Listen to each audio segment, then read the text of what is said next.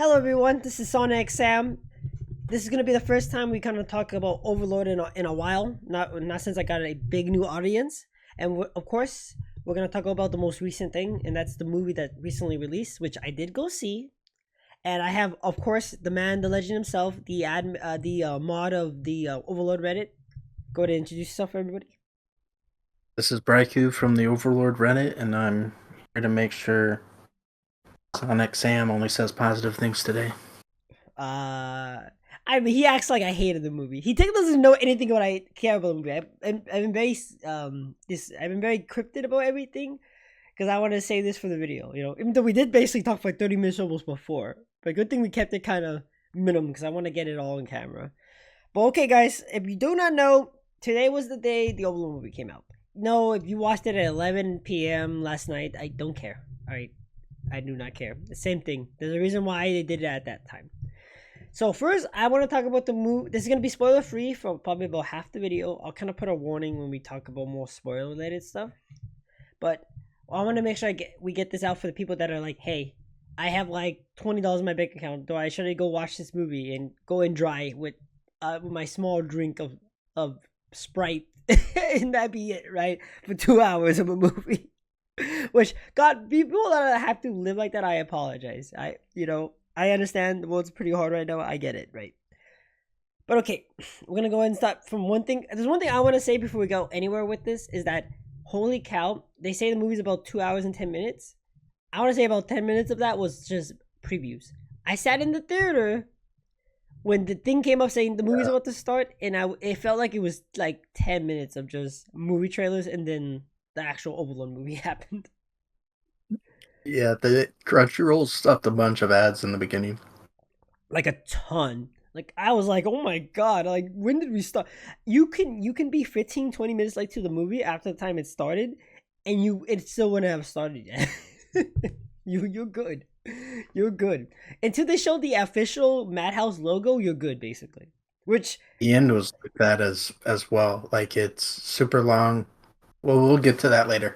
yeah, and everything. But yeah, no. So just keep that in mind. You'd be like, oh, I'm gonna miss it, but I don't want to miss anything. And I'm not gonna be there exactly on time. If you're gonna be 10, 15 minutes late to the movie, you're good because literally it didn't even start yet. I was literally it was like mine started at 7:10 p.m. When the movie was when I got in there the movie, that's when they said no, the movie's gonna start. I don't think the movie started for me till like 7:30 ish. I think that's when the movie actually started. I was like, oh my god!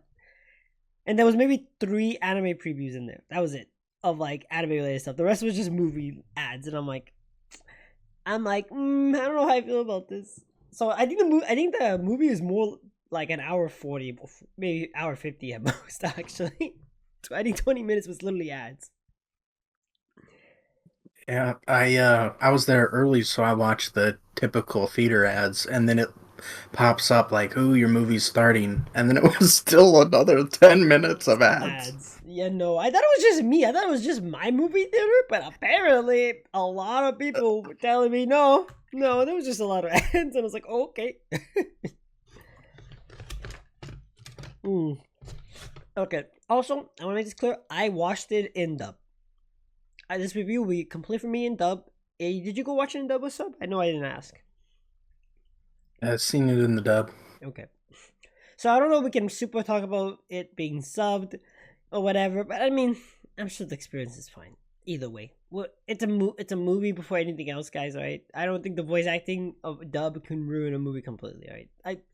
God forbid, right? But no, it definitely what the English dub did not take away from me. And considering that I grew up watching Overlord with it in dub, it didn't bug me at all. I actually think Ainz's voice actor as dub is the best, anyway. So, but okay, Yeah, the go the ahead. dub was really good.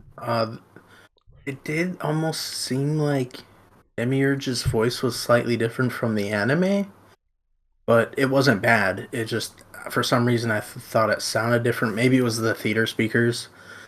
They're always kind of slightly different than, Yeah, and also, your home speaker.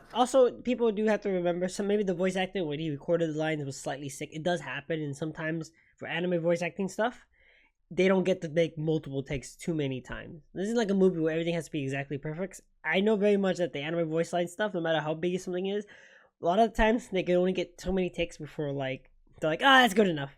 It does happen. I've I've seen it. I've known somebody in the voice acting industry. Something it just happens, right? So it could have been that the guy was just slightly sick, maybe, and he had maybe a slightly different tone for a little bit.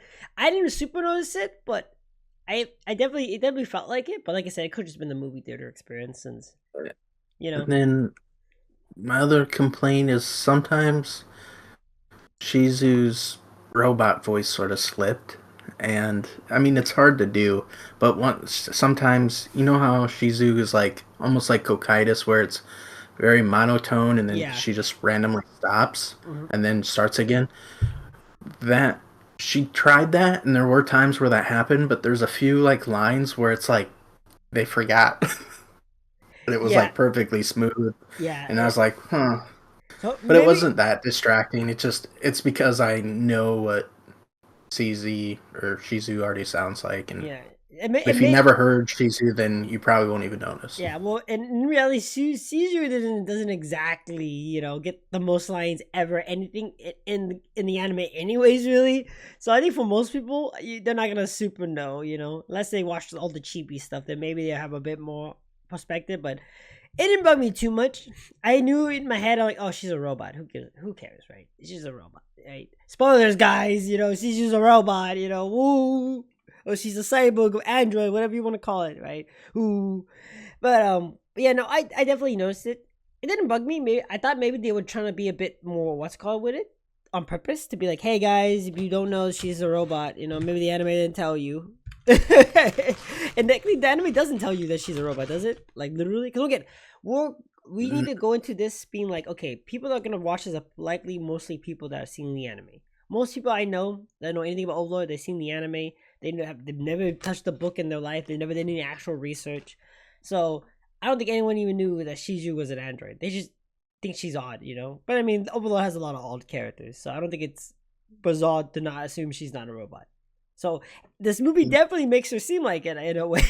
Definitely. Otherwise, I think the dub was actually really good.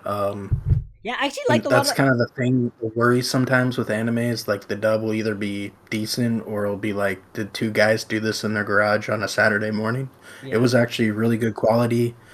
yeah. I want to put her in Overall. need. I So want to. if you're worried about sub or dub, dub's fine. Don't if somebody tries to pull the subs are better, screw them. Dub's great. Yeah, and if it is that much better, I guess we'll find out when it comes out on Crunchyroll. Because I'm not going back to rewatch it in sub. It's so not. I don't think it's. I don't know if it's that worth it. I like the movie that much. I'd go back and rewatch it completely just because I want to watch it in sub. That's if it was the other way around and I watched it sub first and then I got to watch it up. I might just because. Well, I mean, I'm gonna enjoy something more in my native language than I would in any other language, right? Saying that you don't is insane. To say that the language you grew up with, you're gonna like watching something in another language is just nonsense. All right, there's a trigger in your head that tells you, hey, yeah, no, you're always gonna relate to something that you understand clearly that's in your native language. So, but anyways, the person I do want to point out, voice acting wise, is well, beside Irons, of course, the guy who plays Irons always does such a good job. He does a really good job, even though we get very little of his other side. It's more like goofy side for sure. Yeah. I There's only like two lines, I think, there's where we like got that. his inner. Yeah, his little inner monologue where he's the human version of himself and he always sounds like an idiot. Basically. Um but I mean, I thought anything that was gonna hold this back was gonna be the human characters. I was like, okay, this is a very human character like volumes. These are human characters you're gonna spend quite a bit of time with. Even though I definitely didn't feel like it dragged anywhere. I was actually quite alert and ready. They did a very nice pace. I thought they were gonna go too fast or too slow. It felt like a pretty good pace for what it was, right? Yeah, I've seen a lot of people have very different opinions on the pacing. This is Overlord, so if you've seen anything else related to Overlord, you know it's not action packed the entire time. There's slow times where you get dialogue and information. So they do have some of that, but there is some times where you're like, ooh, okay. Yeah, no, and honestly, Um, I do. People do have to remember that like this is probably one of the more big fighty like volumes compared to a lot of the other volumes, where like a lot of action happens because it's basically a full on like invasion and stuff. You see a lot of it. They definitely get right into the action. I was kind of surprised how fast we got into the action. I was like, oh shit! It's like we're just going right into it. I feel like I literally just watched the original first trailer they released, and I was like, oh, we in it. We basically just got the first minute on the trailer, basically from like a long time ago, pretty much. I was pretty surprised, but no, Nina for sure. She did a really good job as a voice actor. I really, really like believed that everything she was saying. I think she did a really, really good job. And and even though this is Overlord, Ainz is never always the main character. A lot of Overlord, that what makes it good is that it builds up a lot of other characters. I think the characters here were built up pretty well. Depending on all the main characters, right? They all felt like they were built up pretty well, like, especially Nina. Like she was, she really sold it. That voice actor did a real good job. And I think if they put any money into anyone that wasn't Ainz, it was clearly into Nina. She did such a good job. I really believed how obsessed she was. And if you guys don't know, yeah, no, Nina does get pretty obsessed. If you watch the trailers, it's literally her basically talking mostly, basically, and stuff. I mean, I feel like how Nina reacts is how everyone should be acting when you see a being that's literally basically doing godlike things in front of you, right? It's like, come on. Yeah, it was I did. I was kind of expecting them to not go into that hard, like the light novels, but they did a really good job with that. And Well, what do you think of her because voice? What do you think of her that's voice acting? Like, did you think she sold it well? The voice actor, the English voice actor for her. yeah, they did good. Showing the emotions because some of it is how she says something and not exactly what she says. Because like you said, they're in awe because Ice is doing impossible things. And to them, it's like, wow, like, what is that? And they're like shocked and surprised often. And she does a really good job portraying that. But yeah, no, the voice acting was, like I said, it was quite good. I really did enjoy it. I don't think anyone was a bad voice actor there. Honestly, I thought maybe they'd I be. was surprised with all the side characters because there's a lot of side characters. Like, we meet like 12 different humans, and they all sounded really good. Yeah, That's normally where they cut the budget, is like some guy goes, hi. Oh, shoot, there was one guy. but what guy? Remember, remember at the end, there was that one guy who asked the question, and Oh yeah, but you know what? I he's think. like, says it like this, oh no. Like it was just some random guy they pulled off the street. It's so funny. Yeah, but It cracked me well, up. it's obviously. I think they were trying to make it feel. I feel like because if you guys do not know, this is a spoiler, but it's not really much of a spoiler of anything. It's We like, can talk about it later. yeah, Too. okay. Because I feel like those moments were done on purpose for a reason, to be like awkward for a Yeah, reason. And I, obviously in a book it there doesn't feel were like some. that. Obviously in a book it doesn't feel like that when someone does something like that, because it's just like, okay, the book's telling you it's awkward. It's different than actually just being in a conversation with somebody and then being like, yeah, man, oh, dude, you have nice shoes. What kind of shoes do you have? Dude, I got the new Air Jordans. Air Jordan 99, buy them at Amazon for $5.99. Like those moments, it's like it felt like one of those moments. Like you were just talking to a guy, oh yeah, you have a nice watch, and then he tries to basically sell you a watch like a promotion. That awkward and just normal conversation. If someone did that to me, I think it would be just as awkward, if anything. Yeah, So I mean, it worked for the scene, but it was funny at the time because it yeah. was so I don't awkward. think I don't even think that's bad voice acting. I think that's perfect voice acting. They're like, yeah, act like a fucking idiot and then make it feel weird. Okay. I'm like, those are the easiest things to do. I don't even think that's bad voice acting. I think that's great voice acting, actually.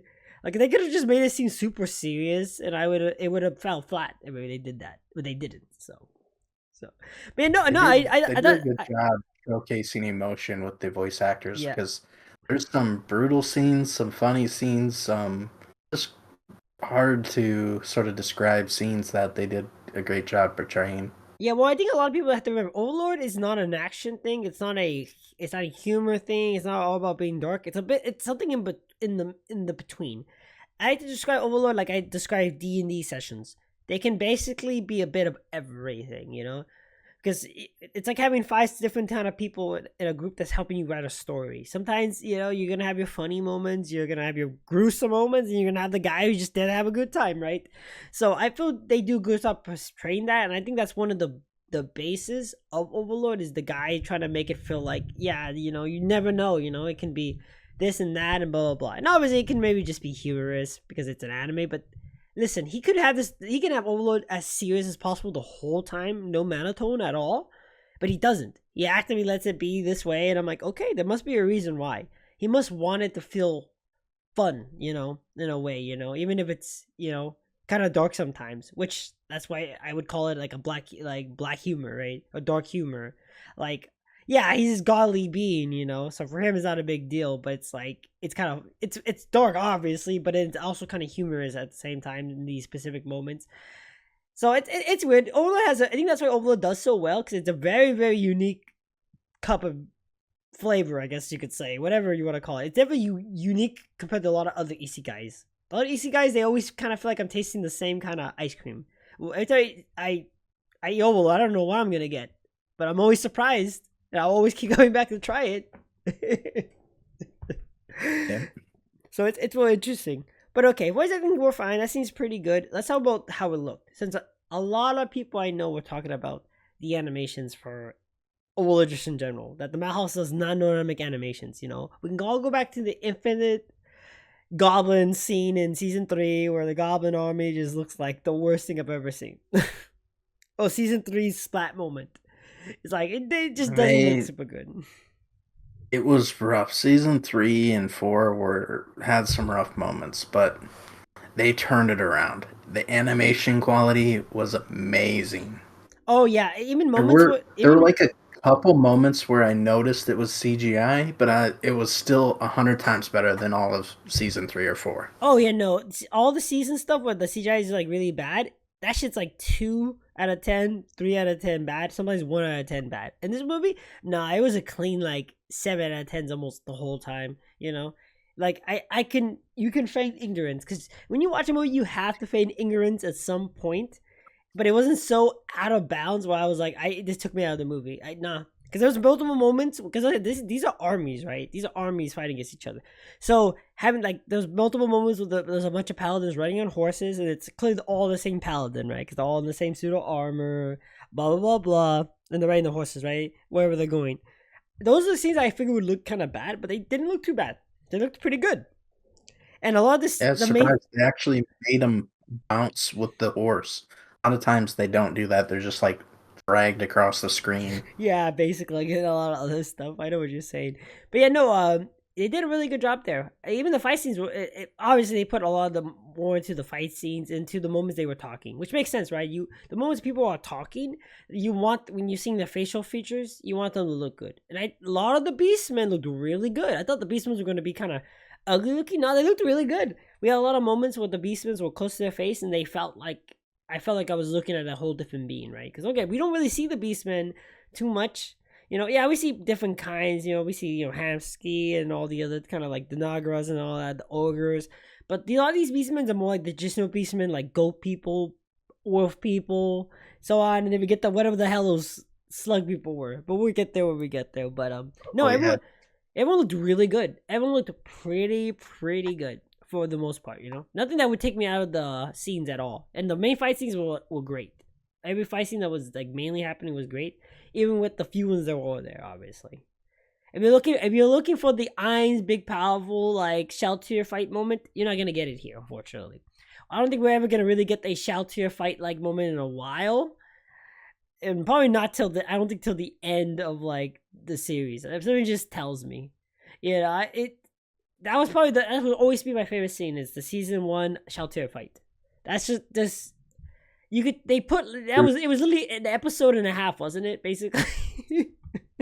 yeah. There was 2 times they could have had a fight in this movie, but they kind of shortened it or cut it down or switched the perspective, Yeah. which was a little bit sad because there were some pretty epic fight moments in the book, but they still did a decent job animating what they did animate.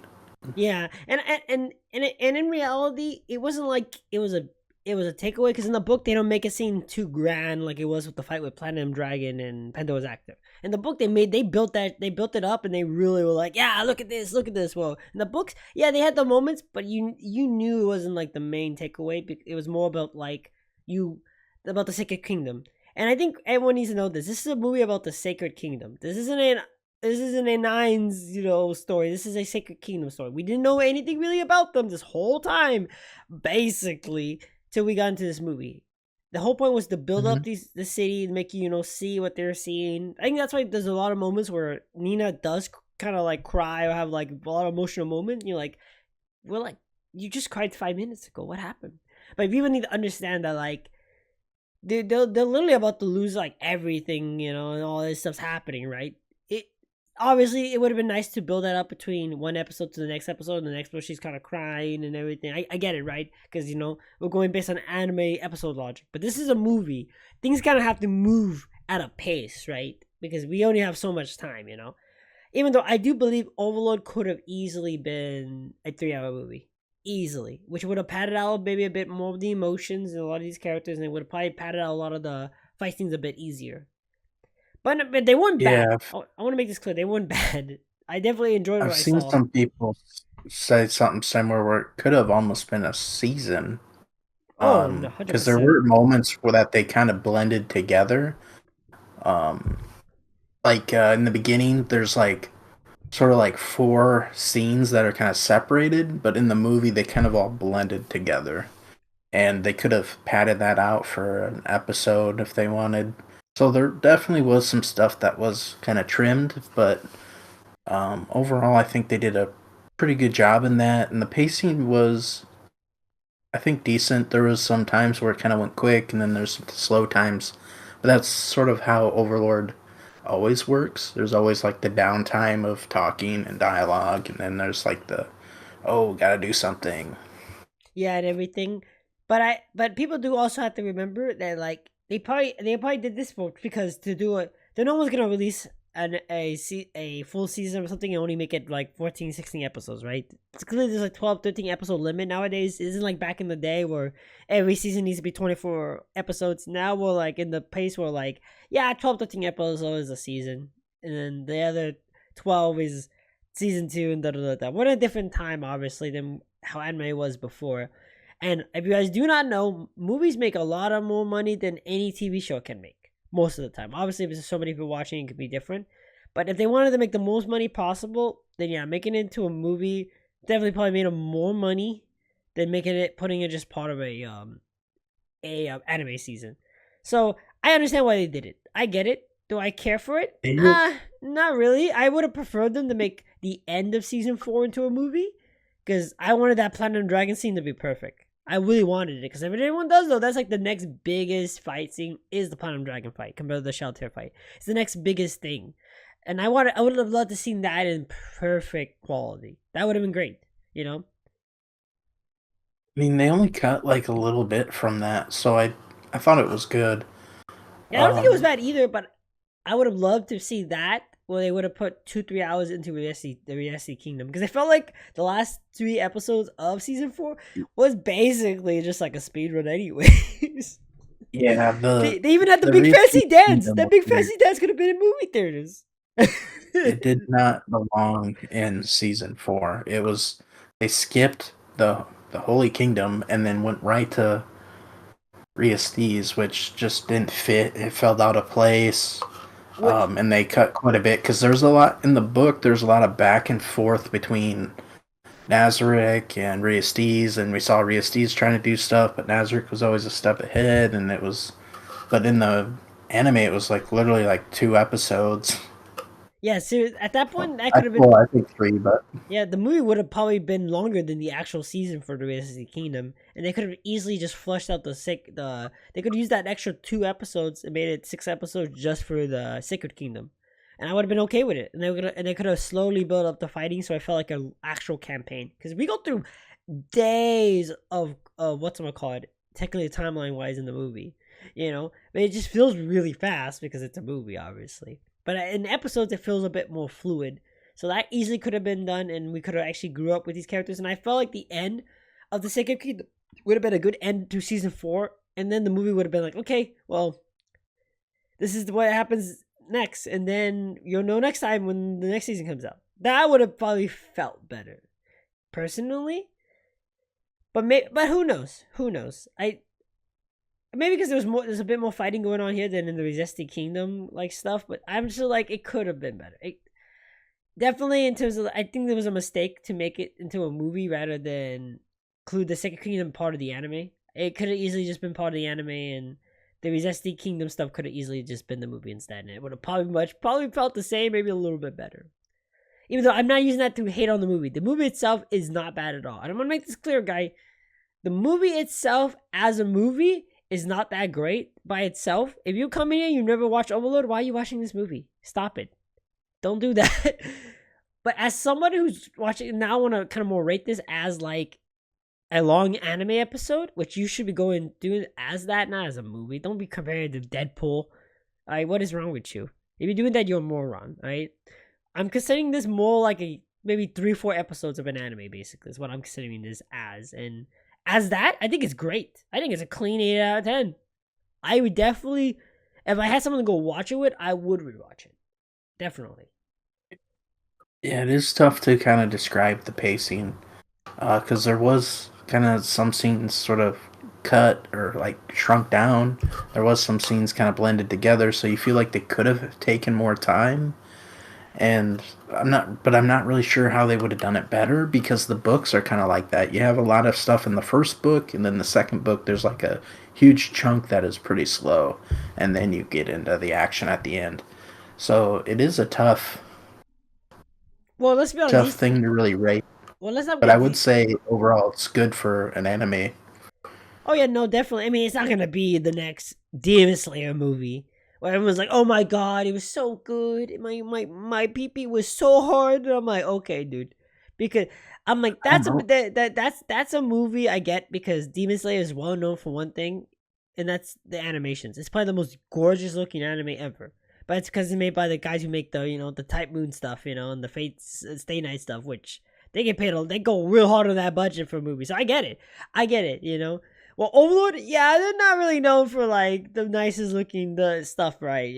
So I'm sorry, I'm like, I get it, right? This isn't gonna be Demon Slayer. It ain't gonna be the next Dragon Ball Z movie apparently that's coming out. That's gonna be like an anime thing. Whatever. If you're watching Overlord, you're already the underdog. You know where you're at. Enjoy that for what it is. Don't come in with the biggest expectations. You'll be fine. If you enjoyed the show, you'll still enjoy this. Yeah, quality-wise, it was better than season 3 and 4, like visually and audio-wise.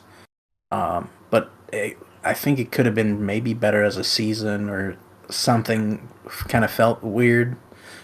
But otherwise, it was still good. However, apparently Japan disagrees, because it was like record sales in Japan. They had crazy numbers. They hit top something of, I can't remember what it was. Well, a lot of people forget this as well, is that this whole thing Overlord's based off is Dungeons and Dragons. And if you guys do know, this is one of the few things that was made by like another country, really. This was D&D is a European, like American thing, basically. Japan got into this stuff, the Asian got into this stuff later. So people understand that the Asian people, they love this kind of Western style medieval thing. There's a reason why you saw so much of it over here in movies, and then later now you see a lot of it now. Like the Asian countries, I don't know how to say this, not saying this, make it sound racist. Well, a lot of the Asian companies now make a lot of Western like things. They're making Dark Souls. They help do a lot of the mods you see on Skyrim and stuff like that too. Like they love this lot of like dungeon European Western like medieval thing, which that's basically all D&D is like Western or European like folk tales and stuff, right? It's basically what it is. So, and they love that. There's a reason why it does so well.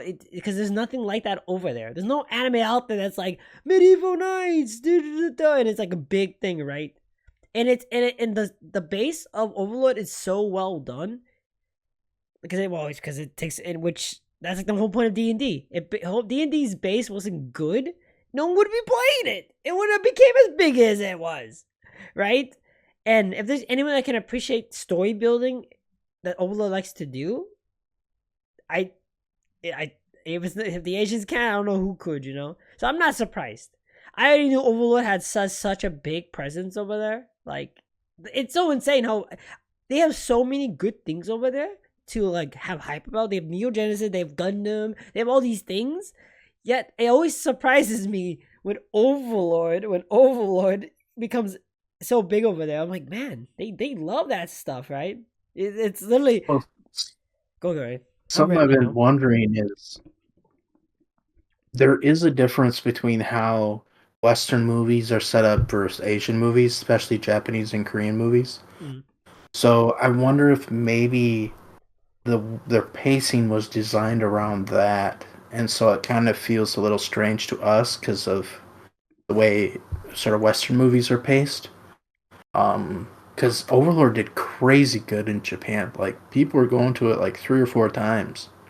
Yeah, that's pretty wild, That and that's not for every anime movie that goes out. They was like, oh, it's Japan. Da, da, da. No, I've seen multiple. I've heard multiple anime movies literally not do that well in box offices over there, and if they don't do well yeah, over it was there, like they don't even come anywhere close to us. You know?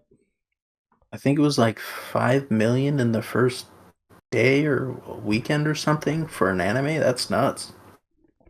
Yeah, you know, and maybe because everyone was like, it's hardly hard to tell because the Overlord fan base is so unique in a way. Because don't get it, we had big spans of time before we got new content from season 2 to season 3. The time between 3 and 4, especially the time between season 3 and 4. Holy cow! If you were holding on for season 4 for as long, man, you're a trooper because we didn't get anything new for a long, long time. So that's why I'm like, bless your soul. You know, I mean, it's just that it's this, you know, very underrated show that they just love so much. And I mean, honestly, there's not many things out there like it. There really isn't. Although it's very unique. I try to Yeah, think it's something like it. there's Okay. a lot of isekai movies and series, but Overlord leans. It's very mechanical. It leans kind of more dark, and it targets an older audience, which is kind of strange for your typical anime. Most of the time, they target people in their teens, but I don't even know if they should be watching Overlord sometimes because it gets brutal. Yeah. This movie definitely has some scenes. Actually, I have something funny. There's a scene that gets quite brutal and it comes out of nowhere. And there's a guy in my theater goes, "Holy shit!" right in the middle of the show, he yells it out. Is it the club moment or is it the or what? Oh, is it the kids moment?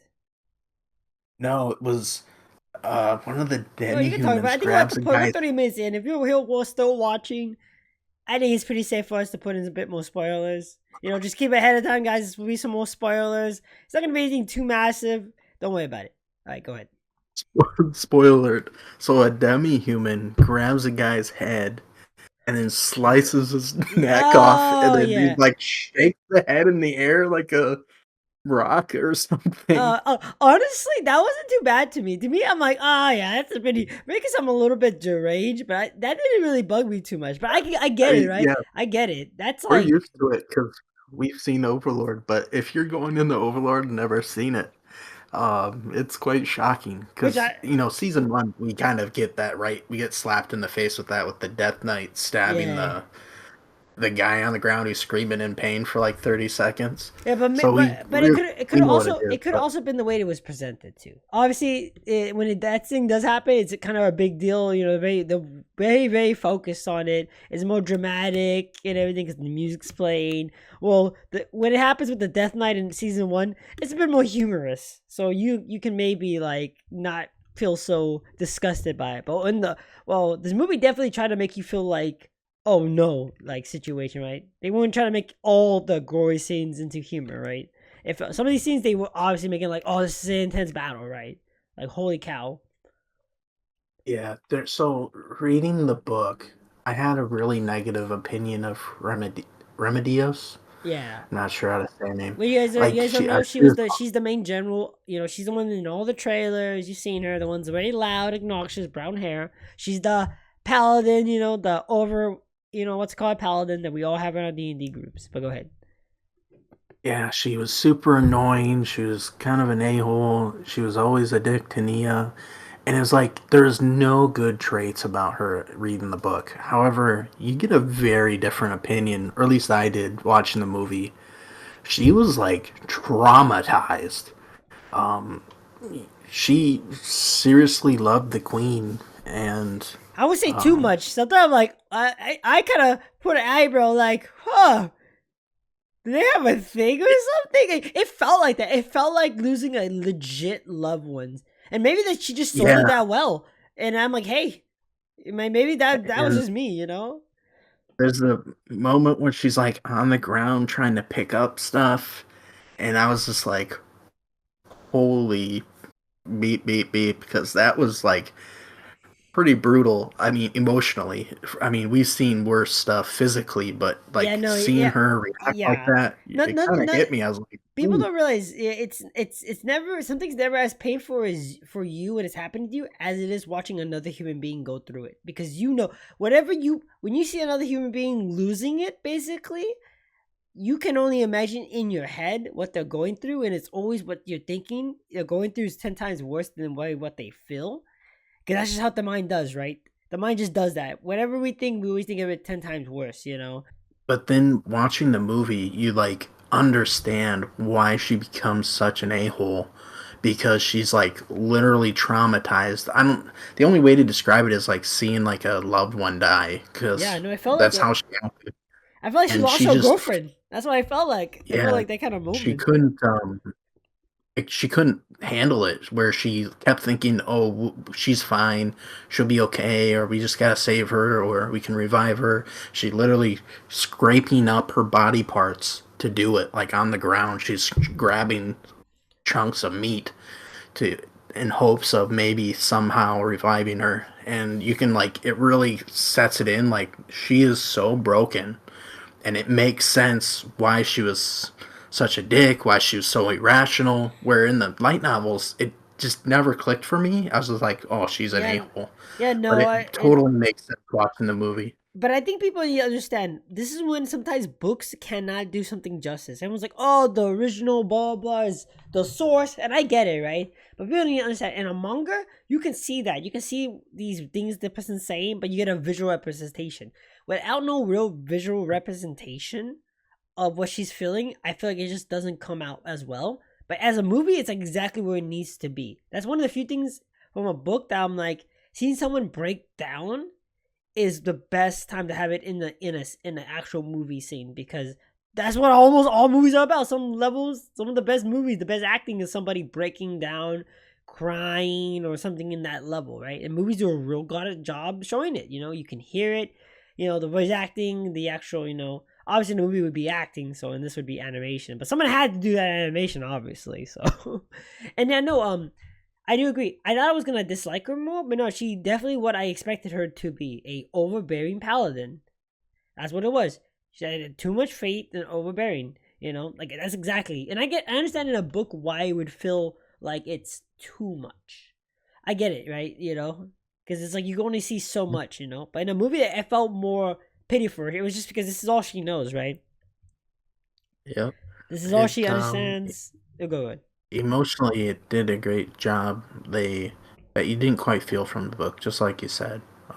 So if you like those parts of Overlord, or highly recommend the movie because they nailed Nia's fear. They nailed when Nia was like relieved because there's a time where it gets crazy, but she made it through, and then there's just a bunch of these moments that have a lot of emotion that they absolutely nailed. Which yeah, And yeah, I do think it's also because it's so simple to understand. Because it's so overly barely good that you can understand where they're coming from. Period.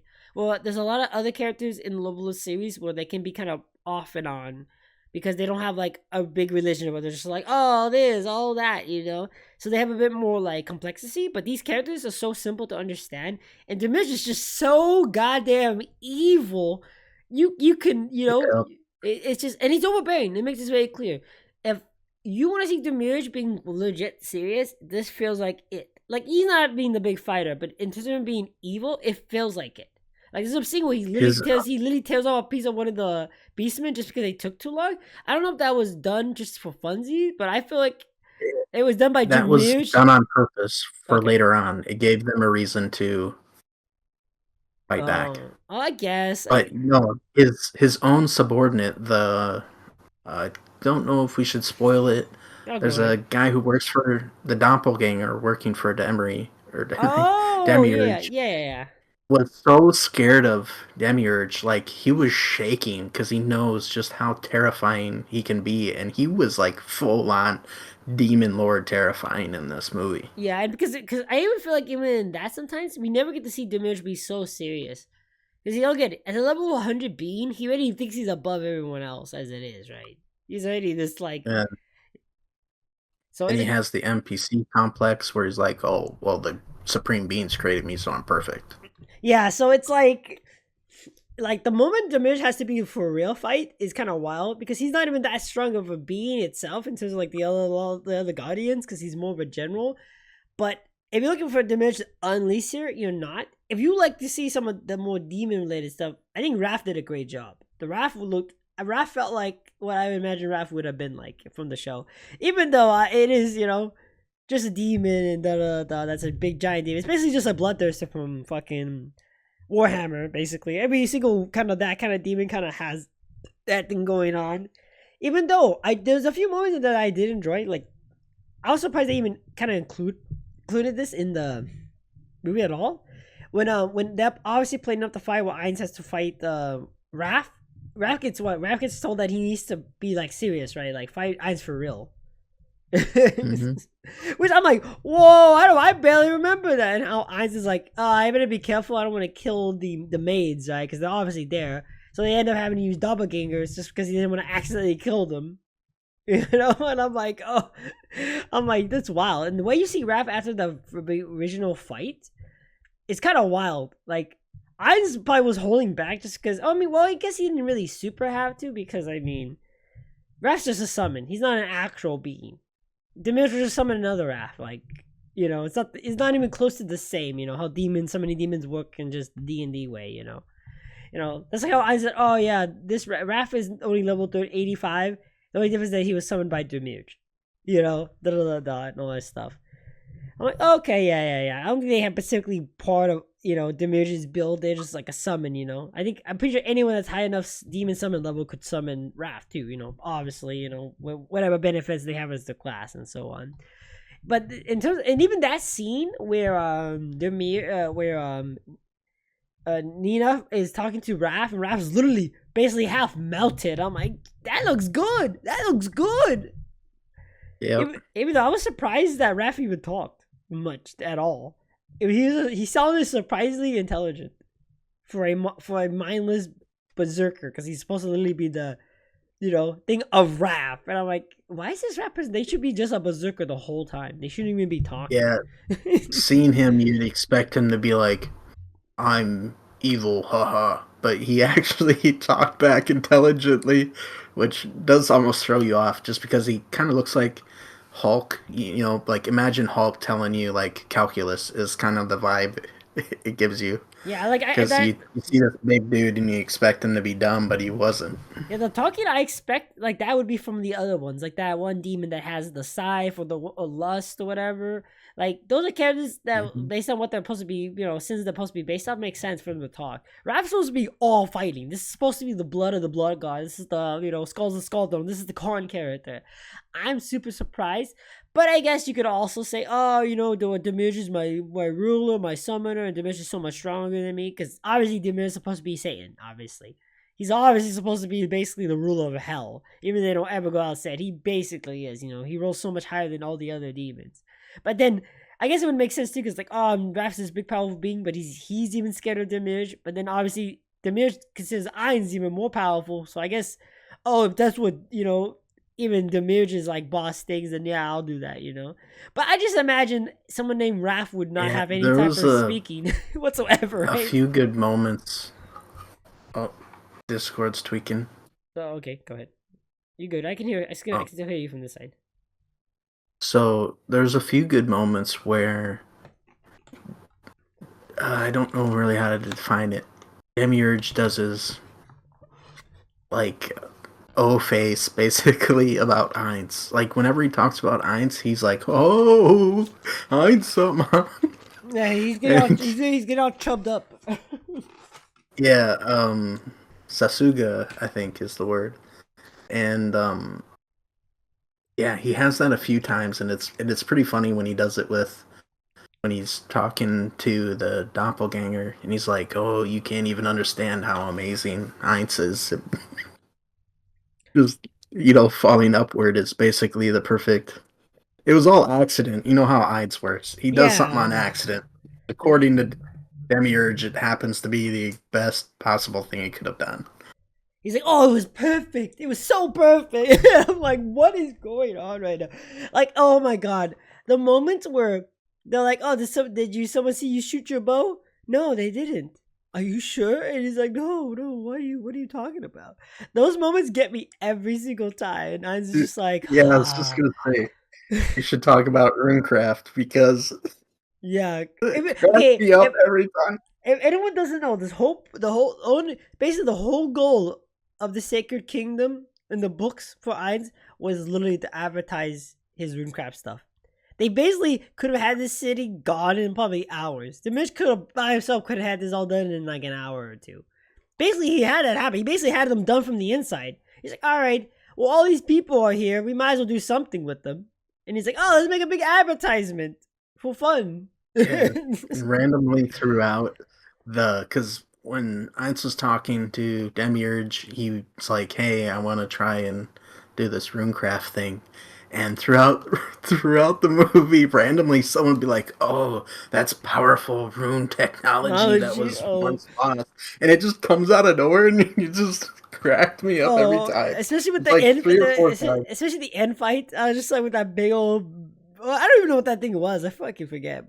But I was just The like, tree, the what? Oh, the tree is that? the tree demon. Oh, the tree people or whatever. Okay, yeah, The demon tree, I think that one's called the circlet. They have different names for how many heads they have. yeah. I'm just like, I wish we got something got more information on those kind of characters because even in the books they go through them so fast. I'm just like, oh, okay, just one of the other races to the book, I guess, or whatever. But yeah, no, like We do even have, when that scene happens, when it happens there, I'm like, okay, this is kind of the wrong moment to do this. But I get it. This is the Overlord humor coming out, yeah, overbearingly because sometimes. yeah, basically, Ainz is like, we need to make these weapons seem super dangerous and powerful, so they buy them. And he has the bad guys because it's all Ainz doing everything behind the background, and he has the bad guys pretend they're scared of them, like they're super strong, Yeah, and it happens at the and it weirdest just time. And it always happens at the most yeah, pivotal moments, and I'm like, oh wait, what's going on here? I loved it. It cracked me up. Yeah, no, me too. I loved it too. I can understand why some people might be like, huh. But also, I understand why you said wait to the end of the scene because that's where you get the kind of confirmation that, like, okay, this was all because advertisement, basically, for Eins. You get that little, advertisement. But I think for anyone in the And book who read the book, we all knew why it was advertisement. They talk about it several times in the book. Well, in the movie, it's a less talk about. Obviously, they kind of give you hints until the end, and you're like, oh, okay, this was because he wants people to buy the shit. yeah, it just kind of pops up randomly in the movie, but the book actually explains it all and why they do it. Yeah, so And but it's every like, time, no one seems to pick up that it's like, hey, this weapon's powerful. Like no one gets it, but but us watching it, we know. yeah, we know and everything. And I think that's why they were trying to be too overbearing with it in the movie because they had to make it obvious. And I'm like, okay, I understand, but I get It's it. For someone, maybe someone that was watching it with me, they might have been like, oh, okay, maybe. If they were just watching the it anime, they would reminds me. go ahead. Have you ever seen that old anime? I think it was like Soul Eater or something, where they have this sword Excalibur, and it was like the most powerful weapon. Everyone wanted it. But when you get it, you find out it sings. It's like Excalibur, and he sings all the time. Basically, Mm. I'm the best. And but the people who know are like, oh gosh, please don't, please don't. And then everyone's like, yes, I'm gonna get the sword. and the guy lets anyone take him because it's a sentient sword. But Yeah. no one wants to keep him because he's so annoying. But Mhm. you can see it has that same dynamic where the people who know, and the people who don't have no idea. And that's what the runecraft felt like. Like we on the inside knew it was like to get people to buy it, but it just the paladins had no idea what the heck's going on. Yeah, no, obviously, it always felt kind of weird. It feels like it literally feels like someone's trying to sell you an advertisement in the middle of a conversation. That's what it felt like, Yeah. and obviously it was done on purpose. I think that was the humor, supposed to be humorous about it. Which, yeah, I don't know. I didn't think it was bad. It actually, I think it fit in the movie just fine. I was like, yeah, that's exactly what I expected to be like. Awkwardly, awkward as hell. Yeah, no, checks out. I'm like, it checks out. Okay, I think we got over most of that stuff. Let's get to the part where some people are gonna be like, "Don't skip this. Why are you skipping this?" They're about to see the Shizu part, the all maid Oh girl, yeah. you know. And I'm like, oh, okay. Okay, before we even get to that, let's talk about the mace for a second. When Ice does, there's a few moments in the fight with the Raph and the maids that was pretty cool. I'm just gonna bring this up. Like Ainz is about to cast a spell and then it just disappears. He gets counterspelled, and then it's like it actually felt like they were actually being able to kind of like do something to Ainz, like actually give up a fight to Ainz. There's a lot of moments where people are casting spells and they're casting the same spell at them at the same time and canceling each other out. Or when Ainz, Hmm. I'm like, that's very cool. I felt that's really cool. We don't see a lot of that in the other stuff, which makes me sad because counterspell is such a common spell in D&D, especially if you're a high level mage. It's like, oh, if you know enough about a spell, you use your magic to cancel their magic, and that's probably one of the biggest f bombs to a mage is be able to just counterspell their spell, just be like boop, and they're like, oh, It's one of Shizu's abilities is to cancel a spell. It has to you have to hit them while it's being cast, and she uses. I think the movie only shows it once, yeah, once, but and in the then book during the fight, she does it like 3 times, yeah, and that's why she gets chosen at the end to go befriend Neia. which is very cool because that's such a cool little thing and we don't get to talk about a lot. And even when the beastmen are fighting, they're casting the same spell at each other and canceling each other out. And I'm like, Mhm. that's cool. It's like, okay, they're about to shoot a fireball at me. Oh, take my fireball, and it's just two fireballs I hitting against think each other. I think it did a good job showing that every when we watched Overlord from Ainz's perspective, everyone's like, "Oh, Ainz magic is the best. Nothing can beat magic." But in reality, there's high levels have so many ways of like countering magic that uh, it, this gave us an idea of that. We just haven't been able to see it because we haven't really seen many high level people fight, Yeah, and this kind of gave us a little taste of that. Like, hey, there's a reason why not everyone was a mage because you can counter their spells. yeah, and everything. And being a mage and your spell just not doing anything in a key moment, you just death. It's just death for a lot of people. It's just like, oh, you die now. Like it's over, right? That's Miss a why. teleportation or a shield or yeah, Yeah, it was great. yeah, no, I like those moments. And people understand the Holy Kingdom is definitely one of the more powerful. Or the Sacred Kingdom is definitely one of the more, powerful people because they're just able to summon those higher level angels, right? Like that's a big deal. People understand having army people that can fight that can also just summon angels is just that's great. That's a force of its own. I can see why they existed for as long as they have, like 100%.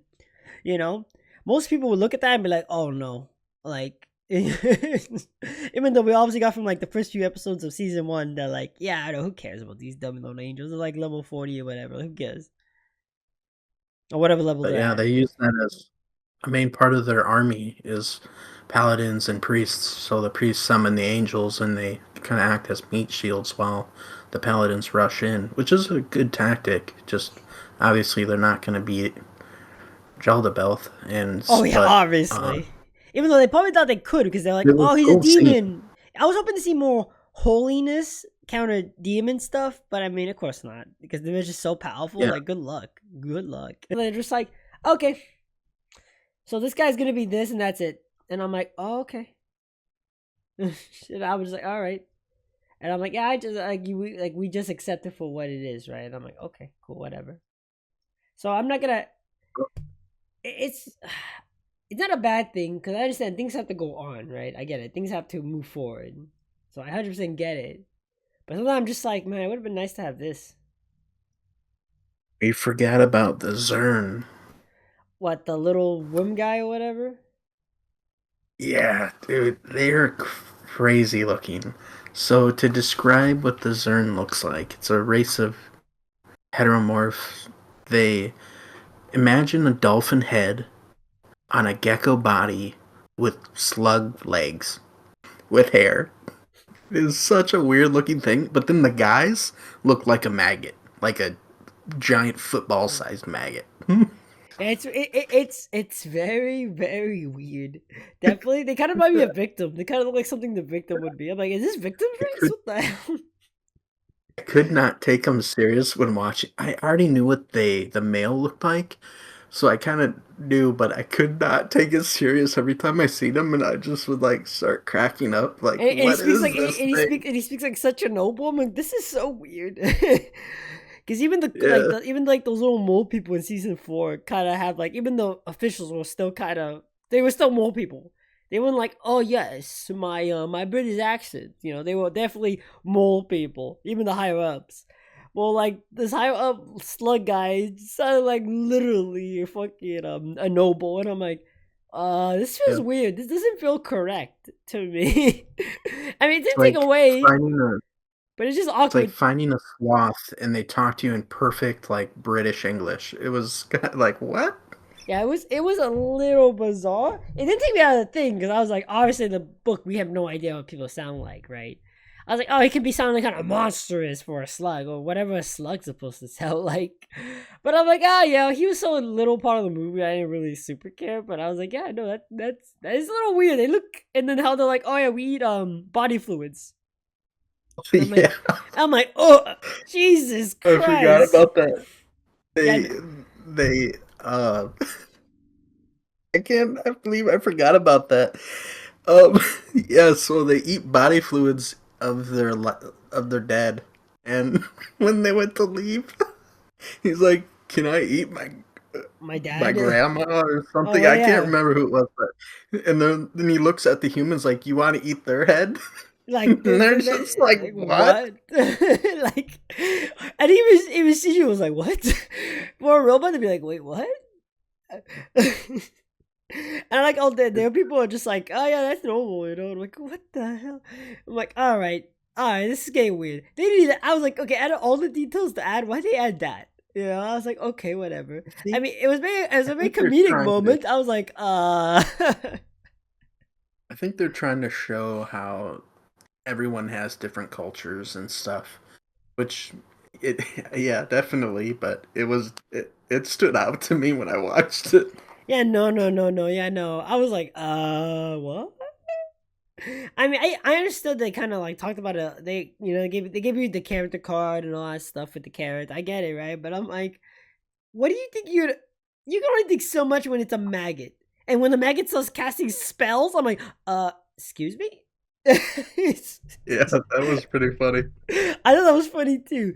In the book, I'm like, oh yeah, okay. He says he would have to protect himself. He's a worm, right? But then when they're actually fighting in the movie, I'm just like, this is a worm. This is a worm casting fireballs. What in the world are we doing here?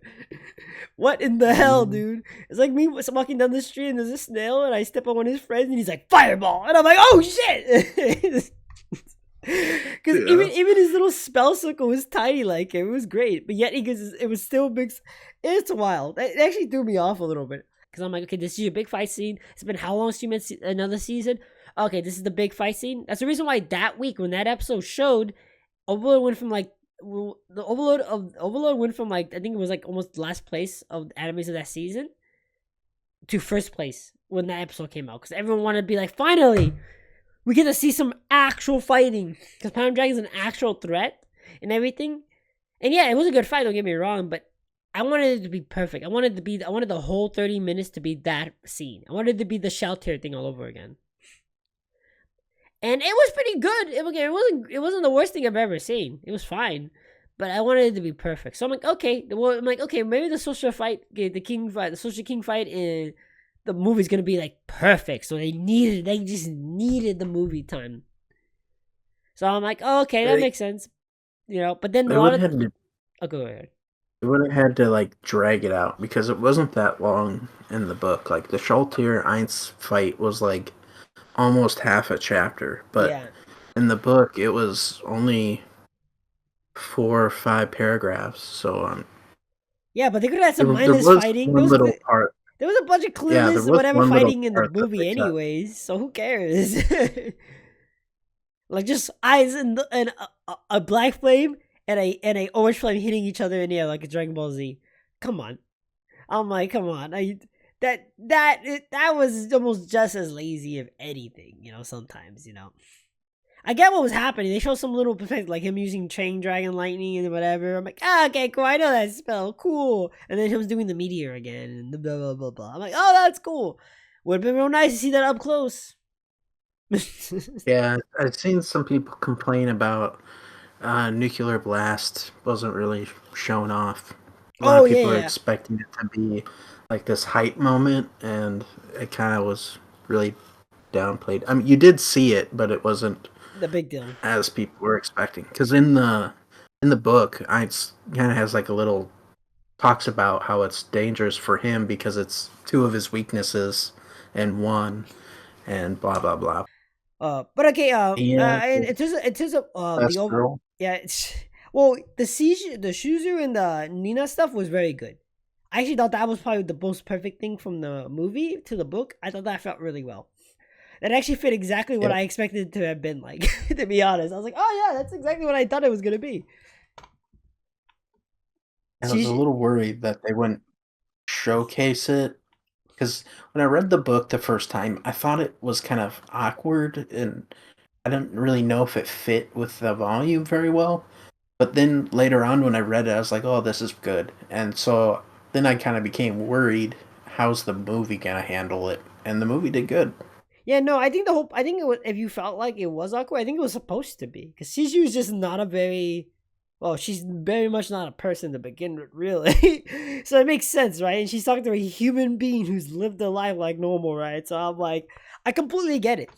I think that's why they even talk Well, about that it. Well, part I thought that was fine. It was like it didn't feel like it felt like it belonged in the volume. Like it oh could have been a yeah, side story or oh something yeah, oh when I yeah. first read it. But then when I read it again later on, I was like, okay, this works. I'm not sure why I changed my mind on that. But then Well, I was well, you when would I heard you? about the movie, I was scared how they're gonna handle it. Are they gonna actually show the full relationship? Because if they only show one part, it kind of doesn't make sense. Because you kind of need the beginning and the middle and the end. And it's not really, even in the book, it's not even much of a relationship because it's kind of just like she's just so awkward that it wouldn't make sense for her to really build up a big thing with a character because she doesn't understand that. She doesn't build bonds like a normal human being because she's like a robot. So it's like, that makes sense. It would have been a slow build up Mm-hmm. like that. I would have been like, that would have felt weird because she doesn't understand how that works. Like, if it was like Yuri Alpha or any of the other characters, I can understand that wanted to be a slow build up, not go too fast because it wouldn't, because that's how human relationships work when people know each other, become friends, and so it doesn't just happen instantly like that, like we would think it does. So, but for Shizu, that makes sense because she doesn't understand, right? She's a robot. She doesn't get it, right?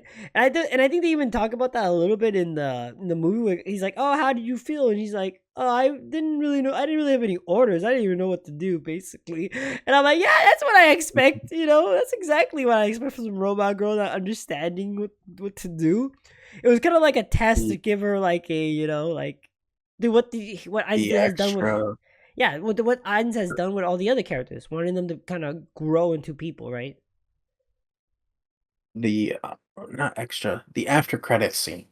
Yeah. Oh yeah. Yeah. Yeah. Yeah. Yeah.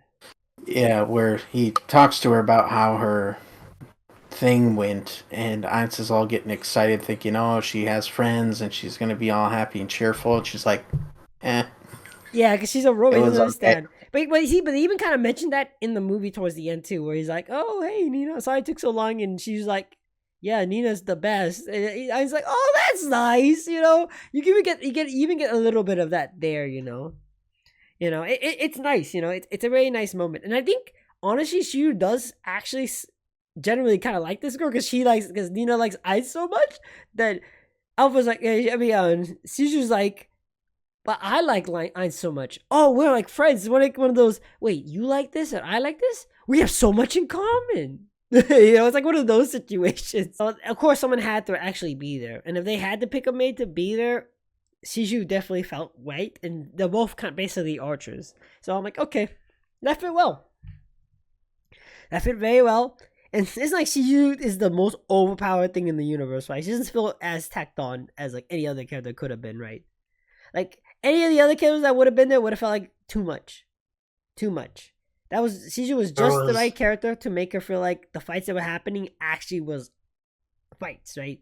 Actually felt there decent. was some moment where like Shizu makes fun of Nia for like being slow or something. I can't remember exactly what she said. She's like, "You're slow," in like the most monotone voice.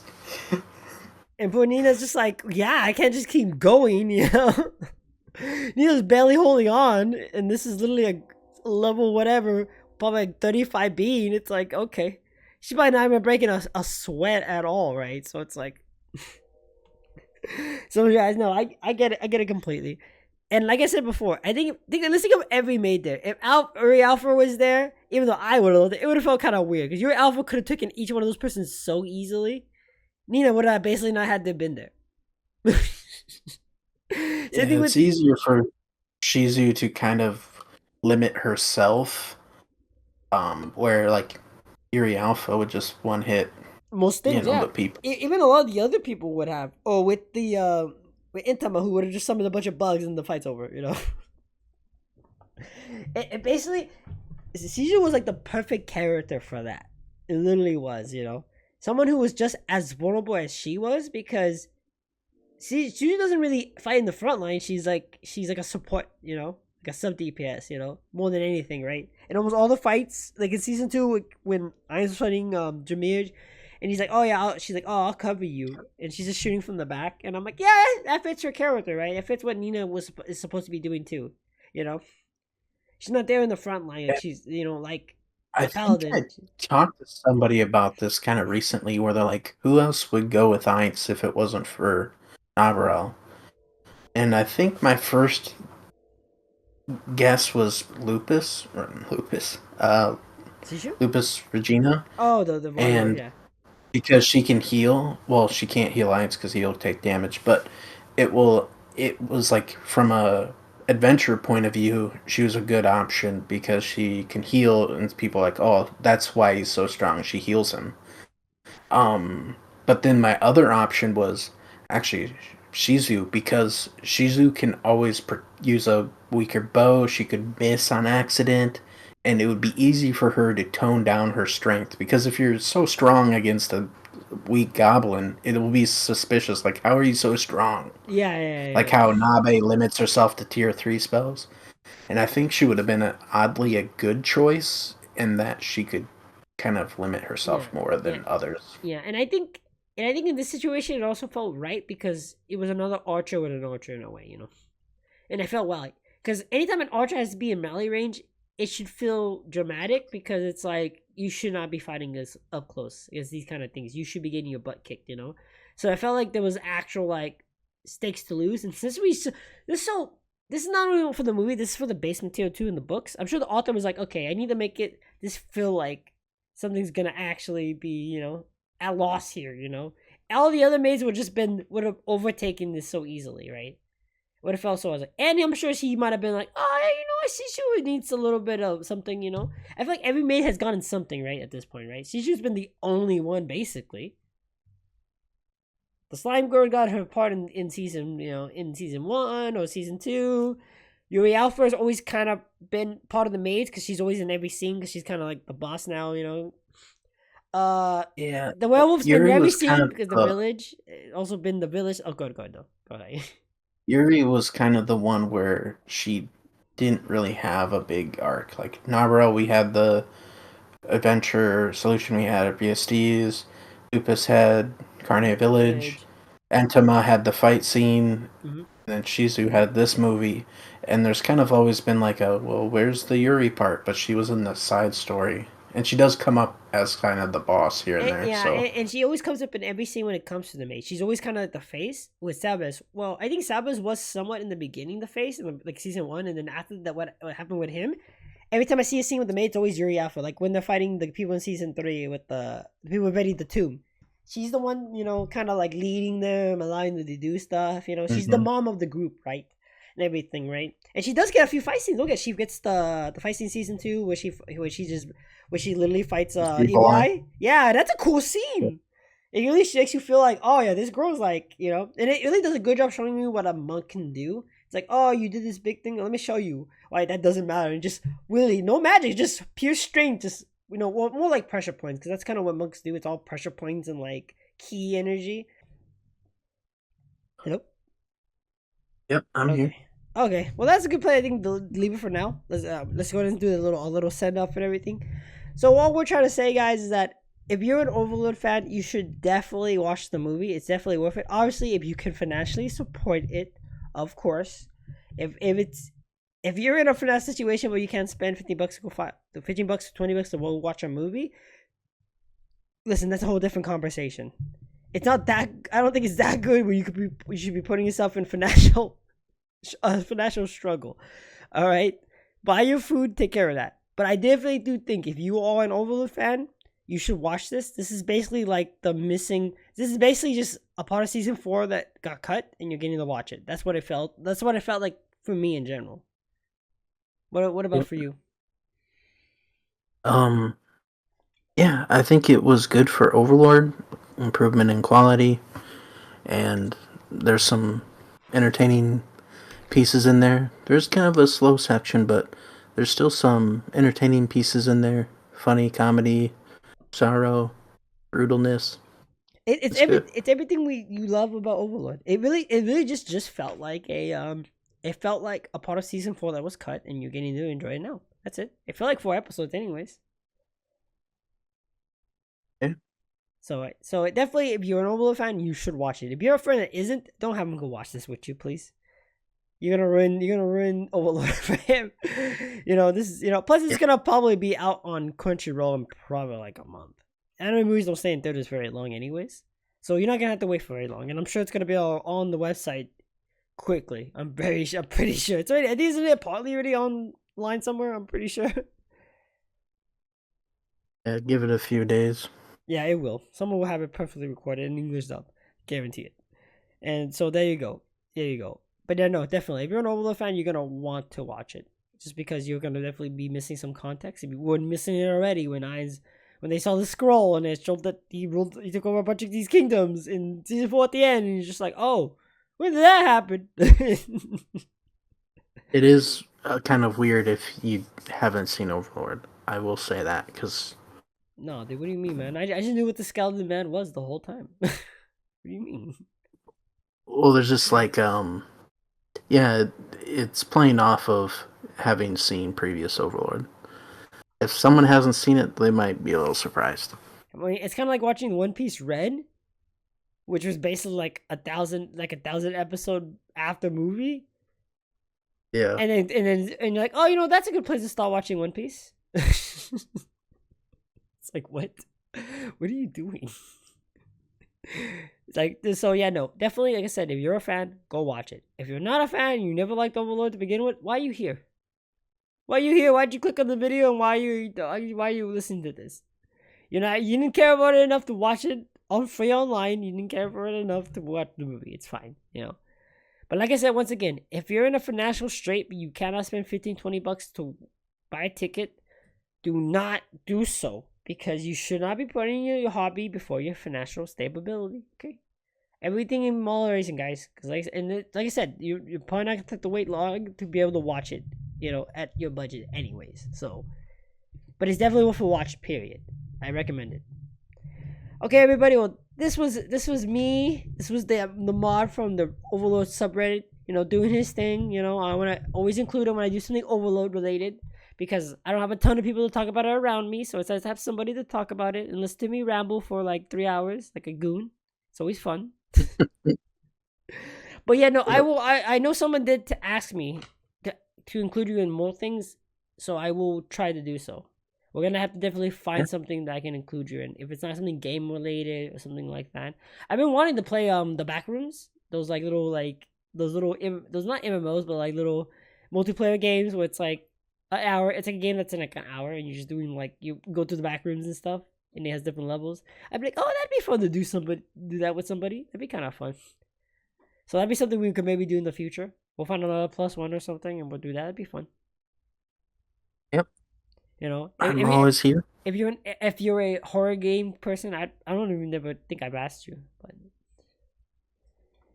Yeah, I've done all the horror. Well, not all the horror games, but I've you're done a a horror lot of game them. person. I mean, because some people can't they just can't play horror games. They're just like, no, I can't. I'll watch movies, but I just won't play the game. I can't physically play a horror game, and I'm like, okay. I mean, yeah, I mean, I get it, right? Some people just it's too much, you know. I get it, right? Especially there's some crazy ones out there, right? So I completely get it. So we'll definitely figure out something else. I'm definitely gonna be playing Monster Hunter Wild Hunts when it comes out. Not the beta, but when it officially comes out, 100%. You know. So if you end up going that direction, I'll definitely see you there. Well, if your computer can run it. I know you said your computer's a bit on the older side. My computer's pretty new. Okay. Okay, we'll see, sir. You know, my 4090 says to bite my ass, but okay. Oh no, I have a 3080. Oh no, dude, lame. We're so lame, guys. This is the mod for your Reddit. You can't mind, guys. What a loser. Okay, everybody. Thank you guys for being here. I hope you get to enjoy the movie. If you have any other questions, let me know about the movie. I will probably be doing some more video stuff when when they allow more stuff up on YouTube for the movie. I'm gonna definitely do more breakdowns for it because I bet you if I upload anything that's from the movie that isn't been out already, it's gonna probably get flagged instantly. So I'll wait till it cools down a little bit, but I would definitely want to stop breaking down scenes in the future and just talking about things. Because talking about it here is only so useful because you guys are obviously not seeing what we saw, obviously. So, but yeah, no, when that happens, I'll definitely do them. Or I'll do them with the boy here, and we'll figure it all out, guys. Don't worry. But okay, guys, thank you once again for being here. Don't forget to like, don't forget to subscribe, all that good stuff you guys usually do. And remember, guys, there's only 2 kinds of people in this world, but there's only one Yuri. I'll see you next time.